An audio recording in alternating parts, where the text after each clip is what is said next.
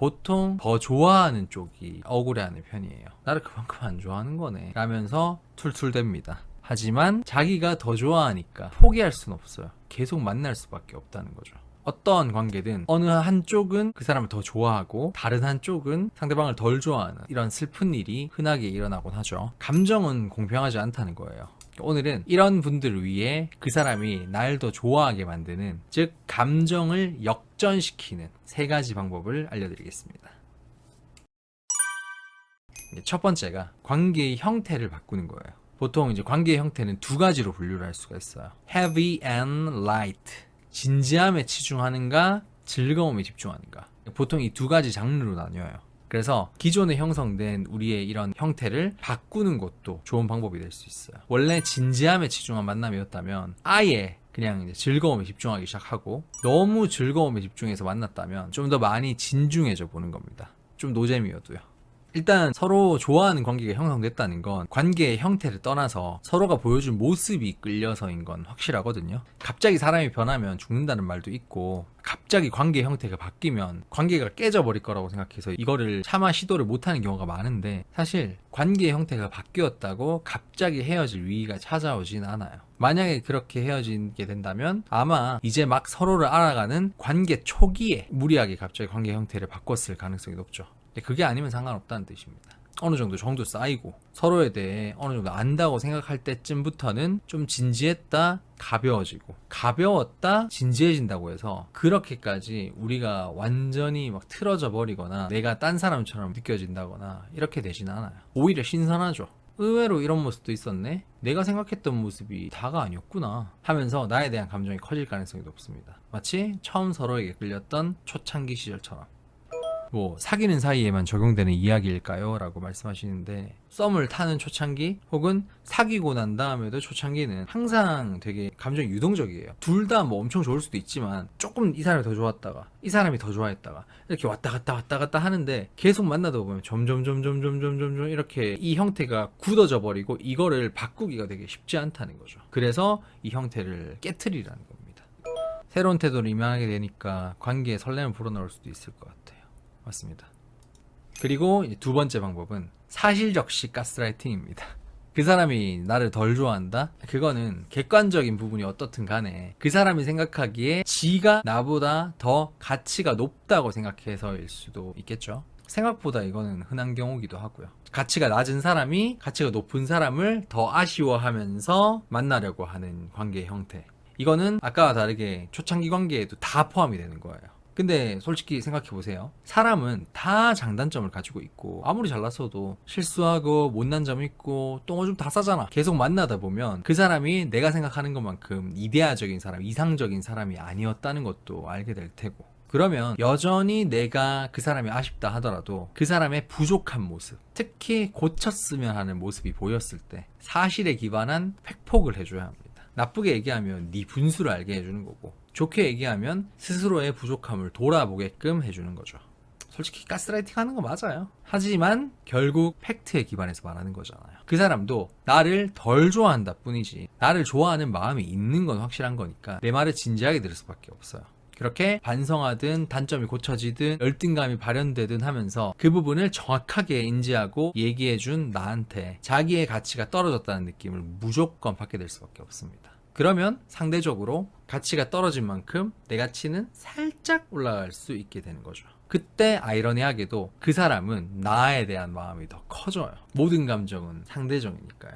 하지만 악의적인 가스라이팅인 거니까 자주 쓰는 거는 별로 추천하지 않고요. 게다가 너무 악의적으로 계속 쓰다 보면은 이게 감정이 역전되기는커녕 오히려 이걸 눈치를 채버리고 나에 대한 거부감만 커질 수 있어요. 그러면은 얘는 못 만나겠다, 지친다, 기빨린다 하면서 헤어지겠죠. 그렇기 때문에 이제 가스라이팅 하는 포인트가 3개를 넘어가서는 안 돼요. 그 이상 넘어가면 그냥 이제 싸우자는 거나 다름없으니까 적당히 하셔야 한다는 겁니다. 그러면 어느 정도 적당한 선에서 가치 밸런스를 조절할 수가 있게 돼요.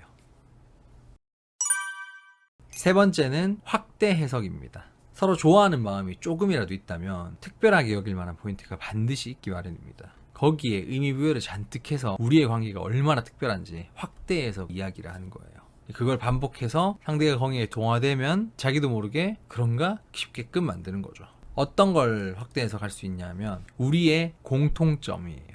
사소한 거라도 비슷한 점을 찾으세요. 그리고 그 부분을 엄청 특별한 거라고 계속 강조를 하는 거예요. 예를 들면 환경, 네 주변 사람 성향, 내 주변인들의 성향이 비슷한 느낌을 가지고 있다. 아니면 비슷한 가정 환경을 가졌다거나 업무 환경이 비슷하거나 직종이 비슷하면 뭐 거의 빼박이죠. 아니면 취향도 괜찮아요. 음식 서로 통하는 거 있는 거, 브랜드 서로 좋아하는 거 비슷한 거, 혹은 유튜브 구독 목록 같은 유튜버를 보고 있어. 박호를 본다고? 야 너도? 이런 식으로 코밍아웃을 하시면 사랑이 돈독해질 수 있죠. 뭐 아니면 인스타 돋보기를 눌렀는데 서로 뭐 취향이 비슷하다거나 이런 것도 있을 거고요. 근데 이거는 뭐 남자랑 여자랑 비슷할 리가 별로 없어가지고 오히려 뭐 파토가 날 가능성이 높으니 뭐 이건 넘어가고. 그리고 이제 경험에 대한 공통점도 있는데 보통은 여행지가 제일 만만하죠. 너도 스페인 가봤어? 너도 후쿠오카 가서 이치란 라멘 먹어봤어? 이런 것들. 혹은 뭐 전 연애가 비슷한 것도 좋은 경험 공통점이 될 수 있죠. 뭐 너도 쓰레기 만나봤어? 난 전 여친이 바람 폈는데 우리 환승 이별 당했어 하면서 이제 가까워질 수 있겠죠. 사실 바람핀 전애인 없는 사람 많이 없어요. 웬만하면 통하는 건데 이거를 이제 엄청 특별하게 얘기를 하니까 이제 좋은 거죠. 그리고 목표에 관한 공통점도 괜찮아요. 행복의 기준이 비슷하다거나 아니면 뭐 경제관이 비슷하다거나 노후 계획이 비슷해. 예를 들어서 저 같은 경우에는 옛날 노후 계획이 안락사 없는 유기견 유기묘 센터를 짓는 게 목표예요. 돈을 많이 벌어서. 지금은 가족이 있기 때문에 가족부터 챙기자 이 마인드긴 한데 어쨌든 예전에 총각 때는 저는 그게 목표였고 유기견 유기묘에 관심 있는 여자들은 거기서 엄청난 운명을 느꼈다. 이 남자는 진짜 괜찮은 남자다 라고 얘기를 종종 하더라고요. 그리고 이제 뭐 결혼관 비슷한 거는 당연한 거고 결혼관 비슷하면 금상첨화 빼박 거의 운명 천생연분이죠. 물론 실제로 이 공통점이 다 맞으면 실제 운명 맞죠. 근데 이 중에서 굉장히 극히 일부만 맞더라도 그거를 계속 강조를 해주면 그조차 만들어준 운명이 될 수 있다는 거. 그리고 이제 이런 공통점 말고도 확대 해석할 수 있는 또 하나가 있는데 밸런스예요.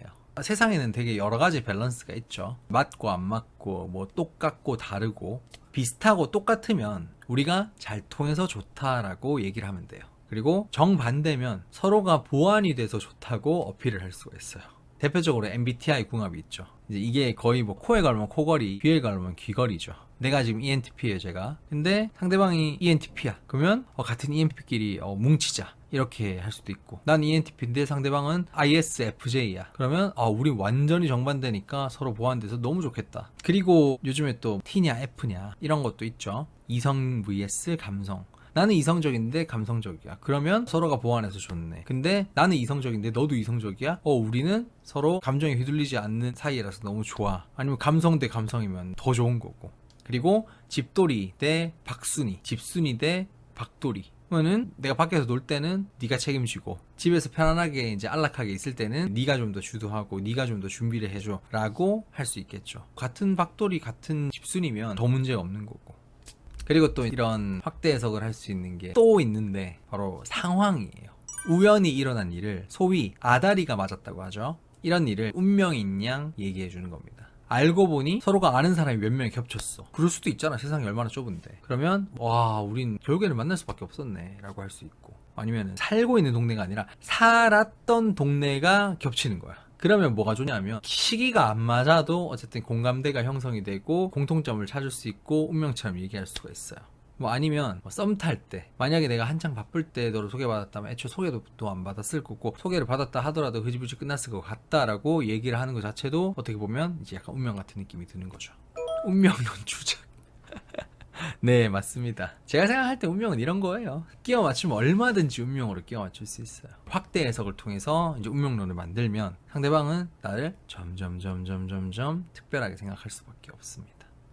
박헌님은 어딜 가도 운명을 만드실 분이네요. 반대로 생각하면 일부분이 잘 맞아서 그게 엄청난 거다라고 하면서 막 인연이나 운명 같은 느낌을 주는 사람을 엄청 믿을 필요는 없다. 저는 그렇게 생각합니다.